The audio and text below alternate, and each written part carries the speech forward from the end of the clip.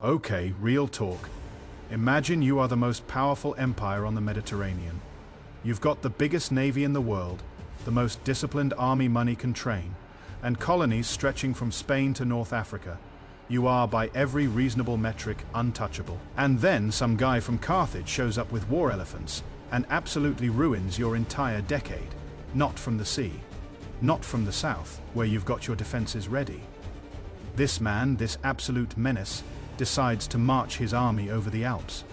In winter, with elephants, loses half his men to frostbite and avalanches, loses most of his elephants, loses an eye somewhere in a swamp in northern Italy, and then, upon arriving in Italy half dead and significantly short on elephants, proceeds to destroy the Roman army not once, not twice, but in engagement after engagement for 17 straight years. His name was Hannibal Barca. And the Second Punic War, the conflict he started, dominated, and nearly won, is one of the most insane military stories in all of human history. This isn't just a war. This is the story of a man so committed to revenge that he crossed a mountain range in winter with livestock and came closer to ending Rome than anyone had since the Gauls burned the city in 390 BC. This is the story of Rome nearly breaking, and then somehow not breaking. But before we get into how one man with a childhood grudge almost deleted an empire, welcome to Sketchy Past, Fast History, Zero Fluff, Maximum Chaos. If that is your thing, hit subscribe right now and join the Sketchy Empire. We're building something here, and you are exactly the kind of person we need in the comments. We'll be right back to Hannibal and his completely unhinged military genius in approximately 10 seconds. Alright, let's go. To understand Hannibal, you have to understand where he came from, and where he came from is complicated. Carthage, modern-day Tunisia, on the northern coast of Africa, was the dominant commercial power in the western Mediterranean for centuries. These were not primitive desert dwellers. Carthage was a sophisticated, wealthy, cosmopolitan city, state with a powerful navy, extensive trade networks, and colonies across Spain, Sardinia, Sicily, and the North African coast. They were, by the standards of 250 BC, doing extremely well, and then Rome started being Rome about it. The First Punic War, which ran from 264 to 241 BC, was fought primarily over Sicily, the large island sitting between the Italian peninsula and North Africa that both Rome and Carthage considered strategically critical. It was brutal, expensive, and long, and in the end, Carthage lost. They gave up Sicily. They paid massive war reparations. And then, a few years later, while Carthage was dealing with a catastrophic mercenary revolt at home, a genuinely horrifying conflict called the Truceless War, where mercenaries who hadn't been paid literally started torturing and mutilating Carthaginian prisoners, Rome swooped in and took Sardinia and Corsica too. Just took them, said, "Pay us more money or we go to war again." Carthage, which was currently fighting for its own survival against unpaid mercenaries, had no choice but to comply. This is the part where you have to understand that Carthaginian anger toward Rome wasn't just political. It was personal. Hannibal Barca, Hannibal's father, was a Carthaginian general who had actually held his own against Rome during the First Punic War. He'd never been defeated in the field. He'd conducted a brilliant guerrilla campaign in Sicily right up until the peace treaty was signed. And then the politicians gave it all away. Hamilcar didn't lose. Carthage's government lost. And Hamilcar spent the rest of his life building Carthaginian power in Spain, essentially creating a new empire in Iberia to replace what was lost, while nursing one of the most legendary grudges in ancient history. According to the ancient sources, when Hannibal was about 9 years old, he went to his father and begged to come along on the campaign to Spain. Hamilcar agreed, but only on one condition. He brought Hannibal to the altar of the gods, had him place his hand on the sacrificial offerings, and made him swear, made a 9-year-old child swear on the sacred altar, that he would be an enemy of Rome for as long as he lived. Hannibal swore, and then he spent the next 40 years making sure that oath meant something. Hamilcar died in Spain in 228 BC, drowned during a military retreat.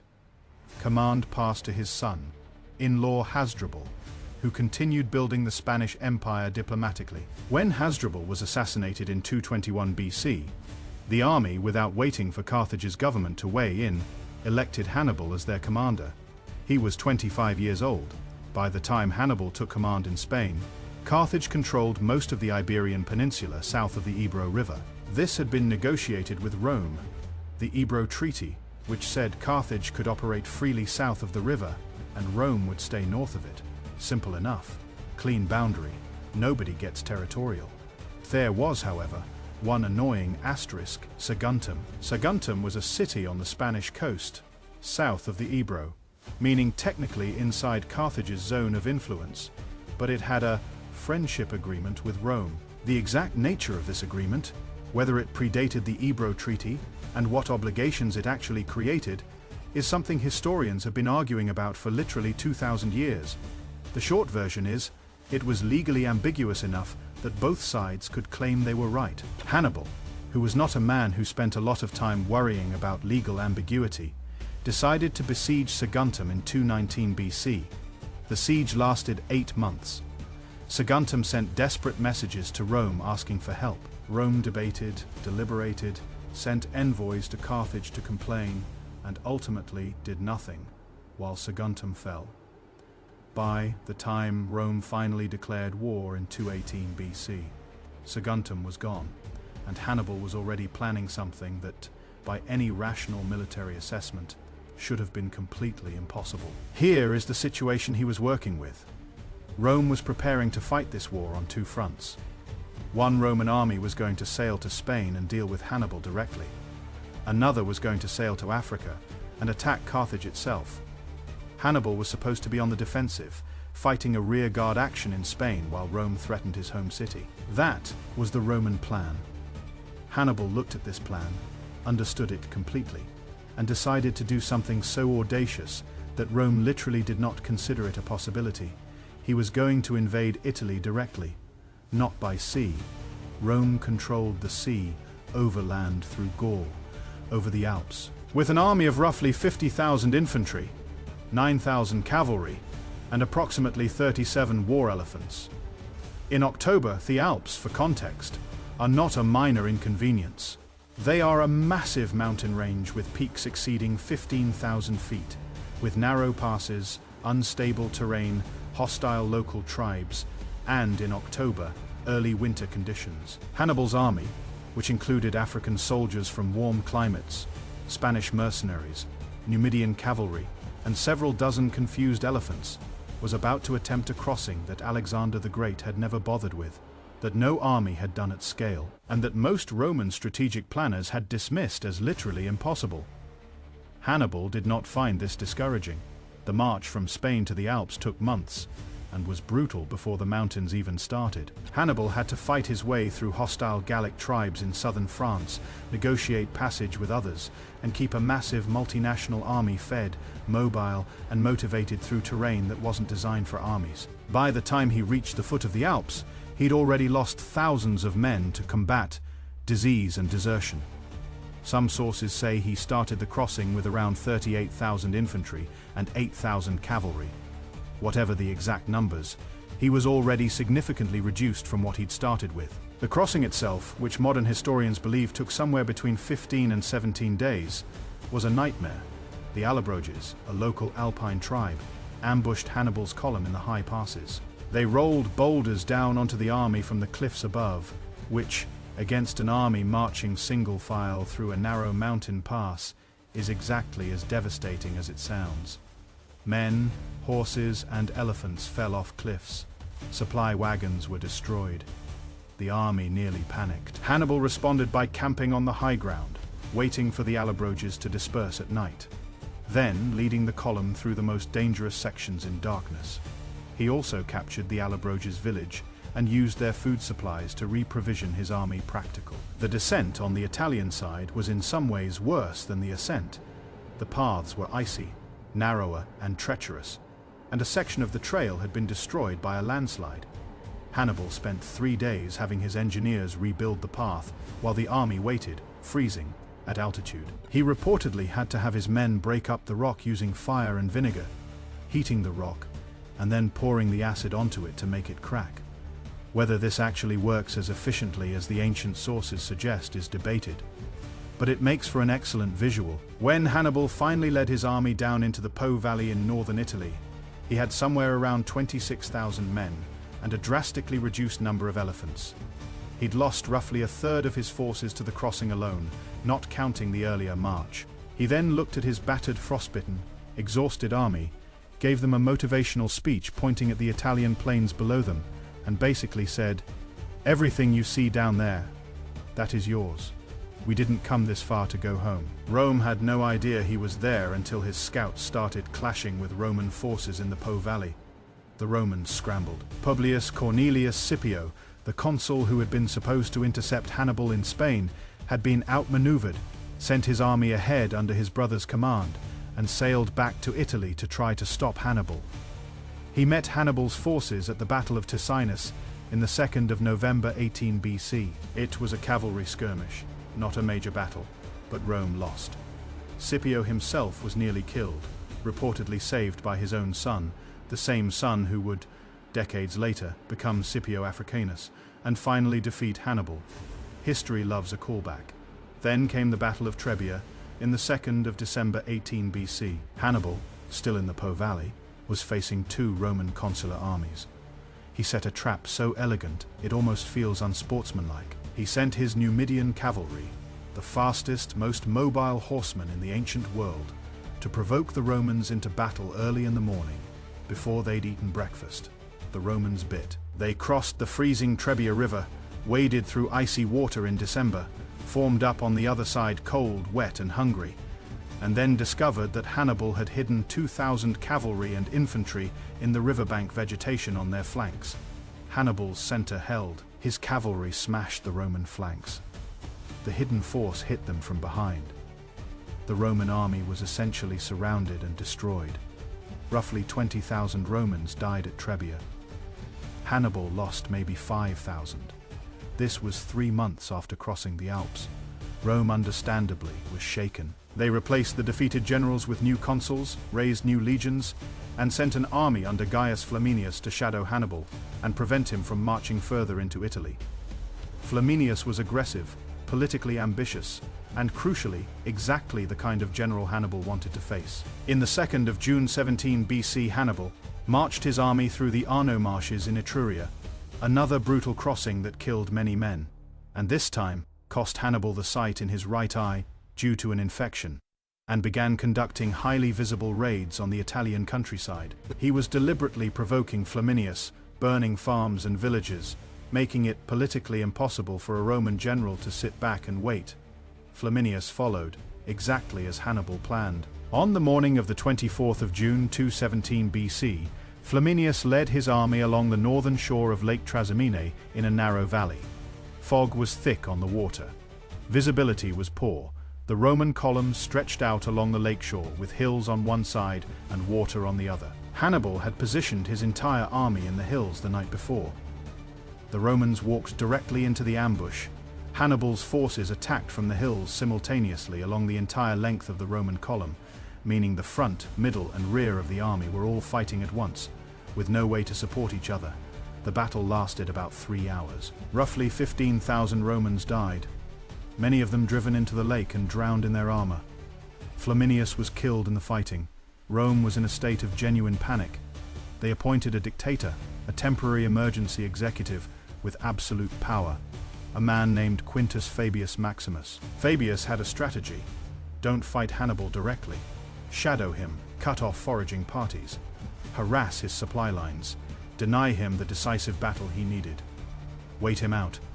This strategy worked, in the sense that it kept Hannibal from destroying more Roman armies. It did not work in the sense that Romans hated it. They called Fabius Cunctator, the delayer, as an insult. The Roman political system was not built for patience, it was built for aggressive action and decisive victories. Fabius's term as dictator ended. 2 new consuls were elected, Lucius Aemilius Paulus and Gaius Terentius Varro. Rome raised the largest army it had ever fielded, somewhere between 70,000 and 86,000 men, depending on which ancient source you trust, and marched to confront Hannibal near the town of Cannae in southern Italy. The 2nd of August, 216 BC, the Battle of Cannae. If you've ever taken a military history class, a business strategy course, a sports tactics seminar, or read a book about leadership, someone has probably mentioned this battle. It is, by virtually universal consensus among military historians, the most perfectly executed tactical masterpiece in the history of warfare. Here is what Hannibal did. He positioned his weakest troops, his Gallic and Spanish infantry, in the center of his battle line, in a formation that bulged toward the Romans. His strongest African infantry, veterans heavily armored, were positioned on the flanks. His cavalry was on both wings, Numidians on one side, heavy cavalry on the other. Rome attacked the center, exactly as expected. The Gallic and Spanish troops in the center were pushed back, which, and this is the key, was intentional. They bent. They absorbed the Roman pressure. They retreated slowly, in an organized way, drawing the Romans deeper and deeper into the center. The Roman army, 70,000 strong, pushed forward into what they thought was a breaking enemy line. They compressed. They packed tighter. The soldiers at the sides of the Roman formation started pushing inward toward the center, because the Carthaginian flanks were holding. Meanwhile, Hannibal's heavy cavalry on one wing destroyed the Roman cavalry opposite them, rode around the back of the entire battle, and hit the other Roman cavalry from behind, routing them. Then the African veterans on both flanks, who had been holding steady while the center retreated, turned inward and attacked the compressed Roman mass from both sides.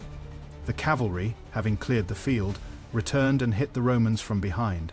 The Romans were completely surrounded, all 70,000 of them, in a moving pocket that got smaller and smaller until men couldn't raise their sword arms because they were pressed so tightly together. What happened next is almost too horrific to describe in a YouTube-friendly way. The Romans couldn't fight, they couldn't run, they could barely breathe. They were killed essentially where they stood, for hours until the killing was done. Between 47,000 and 70,000 Romans died at Cannae in a single afternoon.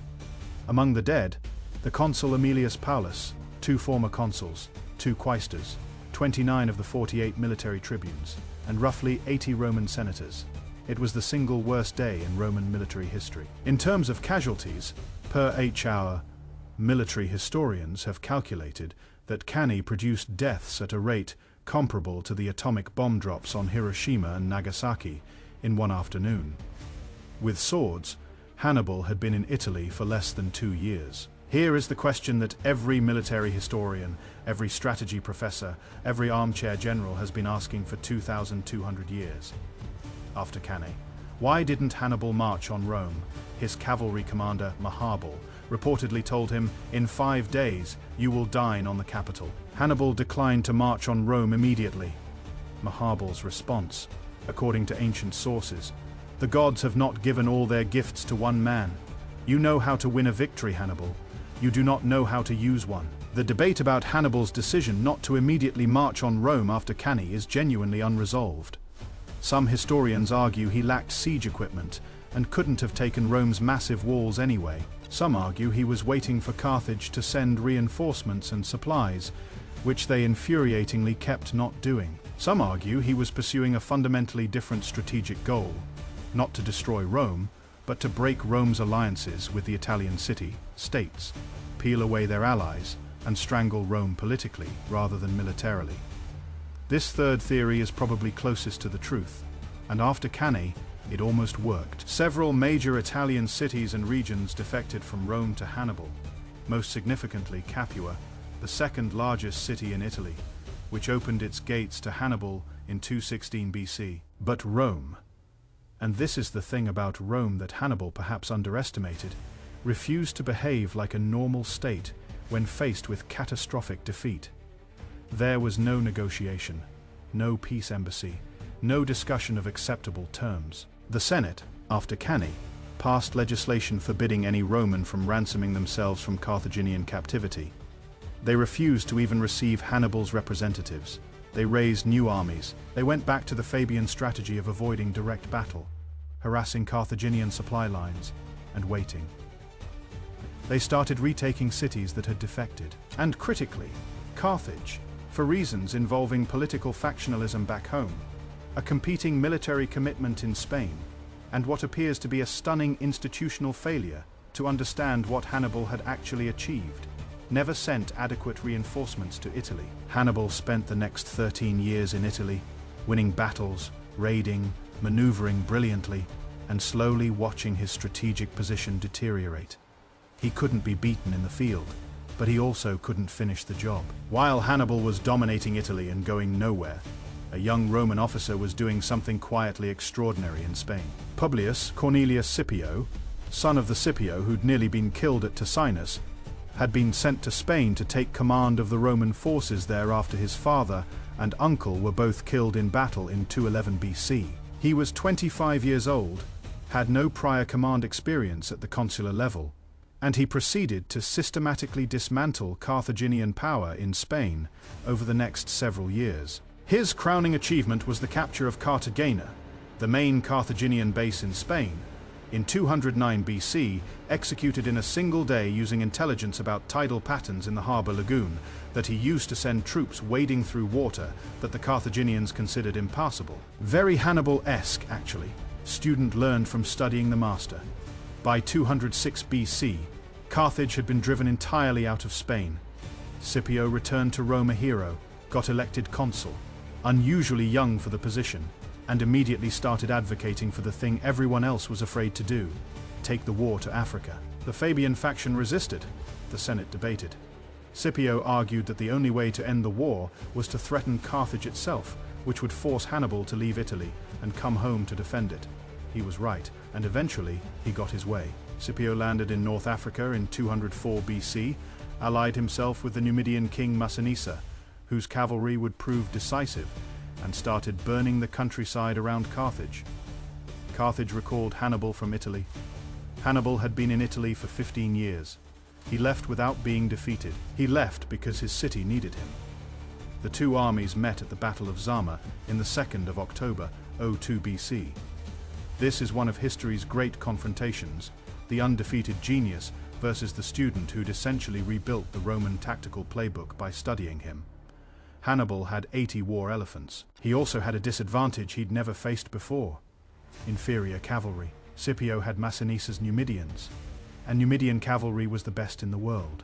Scipio had specifically prepared for the elephant charge. He arranged his legions in lanes, with gaps between the maniples, the tactical units, so that when the elephants charged, they could be channeled through the gaps and dealt with by the rear lines, rather than crashing into the front in an uncontrolled mass. He also had his trumpeters make noise, which spooked some of the elephants into turning around and trampling their own lines.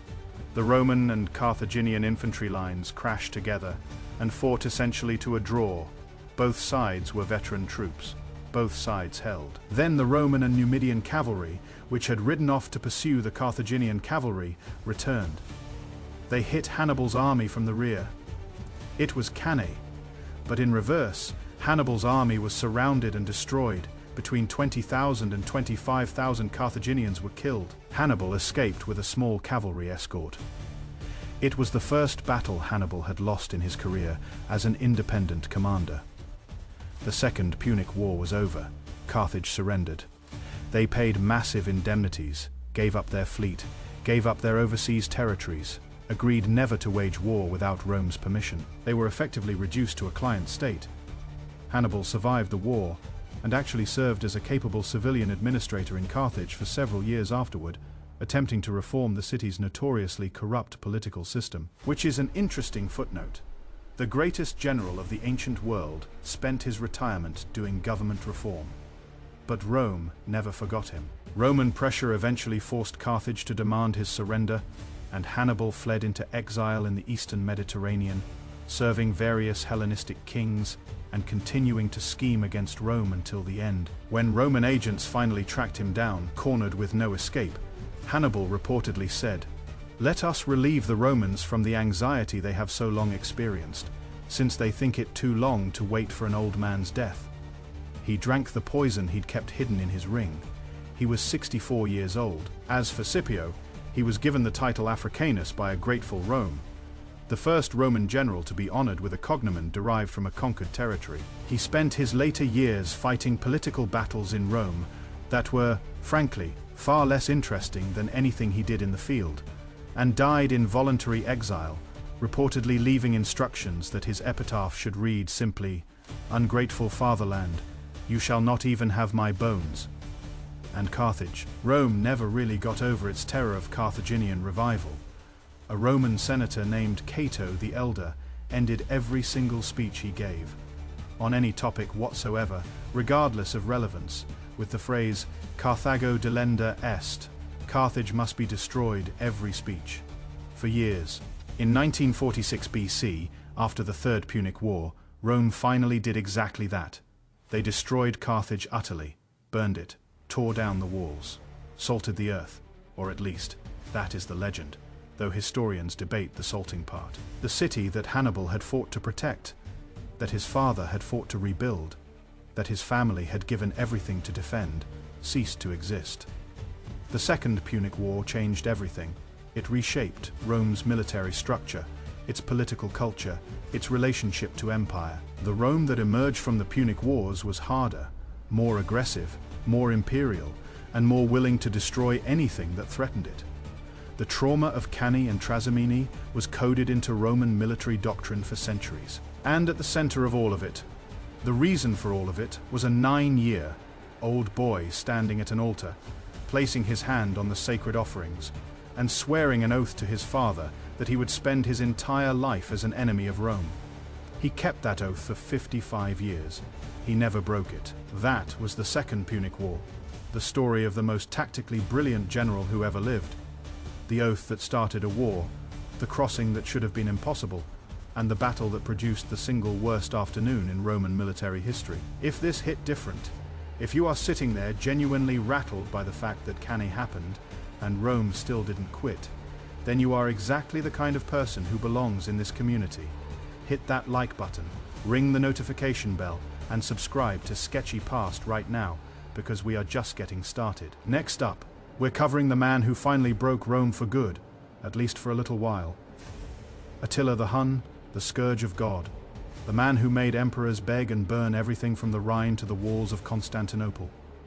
If Hannibal was a chess grandmaster, Attila was the guy who flipped the whole board. You don't want to miss it. See you in the next one.